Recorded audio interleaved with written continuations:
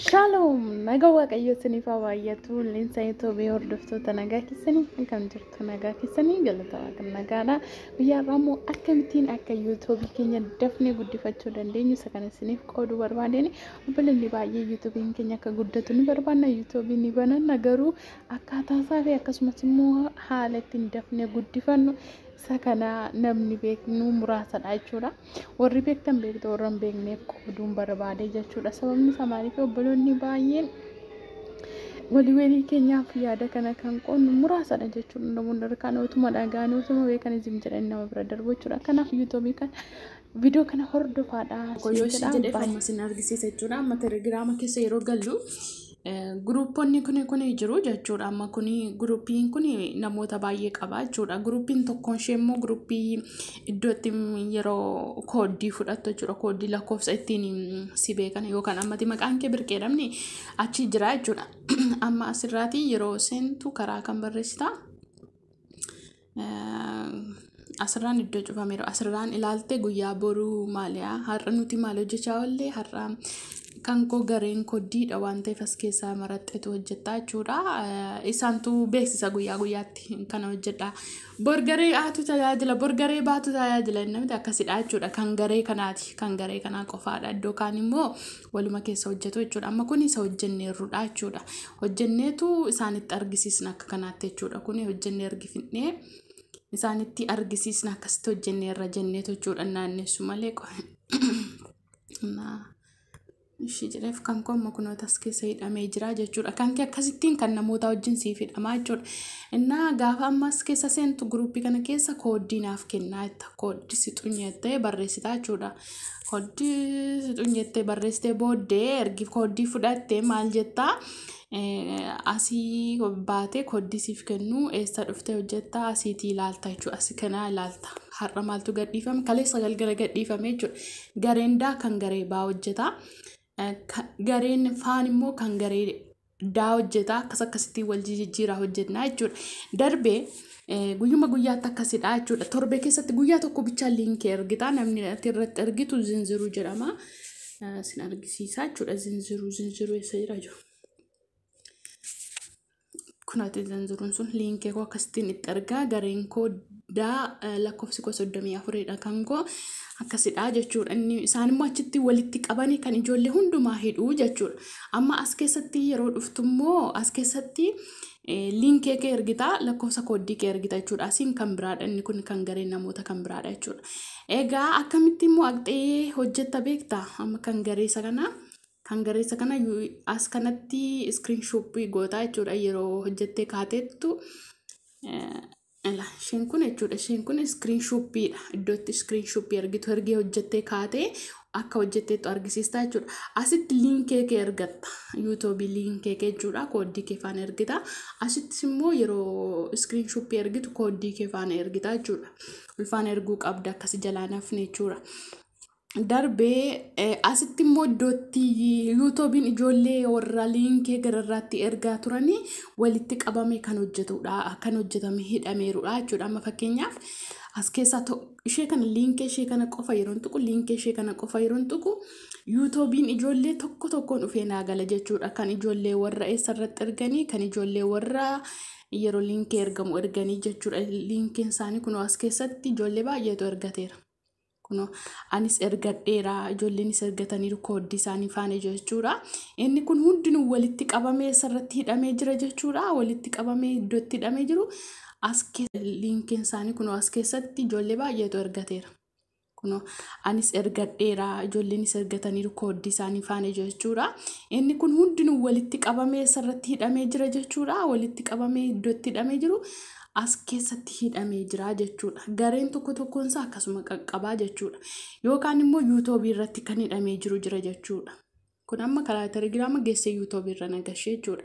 Kun akka jiruun ani ijoollee tokkoon hidhameerudha jechuudha. Amma fakkeenyaaf kun tokko ishee yeroo banee jedhu hin dhaabatu jechuudha. Yoon ani ofii koo tuqee yaabee malee hamma dhaqee viidiyoo hamma kana hundumaa hamma fixutti ishii jedhee hin dhaabatu jechuudha. Naabatu hinuma deema jechuudha. Hinuma deema daddafee yeroo fixe jedhu ofii isaa dhaabbata. Yeroo fixe jedhu immoo yeroo ofii isaa dhaabbatu hin tuqxuxxuu jechuudha. Maal goota as keessaa bahin sitti argisiisa appilikeetii tokko jechuudha. Ifama. Appilikeetitti ishee kana buufattee dura buufachuu qabda appilikeetii ishee kana jechuudha. Ishee kanaan amma viidiyoo kan inni si waraabaa jiru. Bilbila kee irratti akkasitti si waraabdi jechuudha. Amma isheedhaan kan inni waraabaa jiru jechuudha. Ishee yeroo tuqxee jettu aqxee si waraabdi jechuudha. Akkasitti ufaa kunoota amma isheedhaan waraabee jira jechuudha. Ishee kanaati yeroo viidiyoonni kun jechuudha. Viidiyoonni nama karaa yuutuubii nu gashe kun yeroo ofiisaa hojjetee xumuree jedhu hundi isaa akka jiruun qayyi sitti argisiisa jechuudha. Amma kan inni hojjedheeru qaba kan garee maalidha jiru. Kan garee kun walaa sasila sitti argisiise namoota baay'ee qaba jedhu kooddiin isaanii kanadha. Yuutuubii irra bichaa galuu isaan. Yuutuubii irra qeen akkas godha. Pileelistii kan jettu jirti kun pileelistii kan nan tuqaa. Pileelistii jala yeroon galu aqeetu kan agaree baagaree caafida jechuudha. Amma kan koo gareen koo diidha. Gaafa jalqabaa kan dii hojjennee irra kunoota jechuudha. Kan koo liinkeen koo iyyuu jechuudha. Kun ishee kana liinkeen koo namoota kan bira jiru jechuudha. Kan hundumaayyuu hojjedhee xumureen gaasheera screenshot godhee jechuudha. Har'a kan garee maalidha?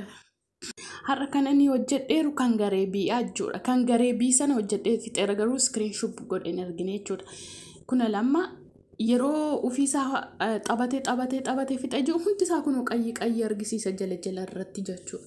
Kanaan beeku jechuudha. Kanaan beeku durammoo yeroo akkasii hundi isaa qayyi argisiisee jiru akka kanaatti goote jalqabdee akkasitiin isaanitti argisiisteetu sa'aatii meeqa akka lakkaa'eeru immoo as ufta. Ishee kana keessa uftaa akkas tuqxaa. Keessa sigasha ishee kana tuquu qabda ammoo jechuudha. Ishee kana piroofaayilii jechuudha.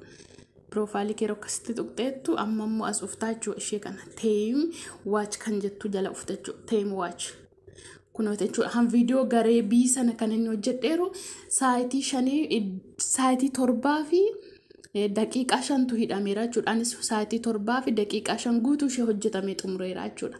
Amma isaanitti erguu qofatu hafe akka amma viidiyoo godhee sitti argatte jechuudha. Sanaa booddee immoo linkeef subscribe yeroo gooteettu guruupii sanan tuqu maaliif na jalaa tabalaashaa amma jechuudha. Qayyi sana Tole akka kanaatti hojjechuu ni dandeessa jechuudha. Akkasitiin yuutuubii keessan guddifachuu barbaadu dandeessu. Yuutuubii akkamitti guddifachuun danda'amu jettanii akkasumas immoo kallattii baay'eedha. Liyaalii gootanii hamammaatti kan isiniif hin milkoofne jechuudha. Warri beektan beektorran beekneefidha kananii sagalee kana qoode.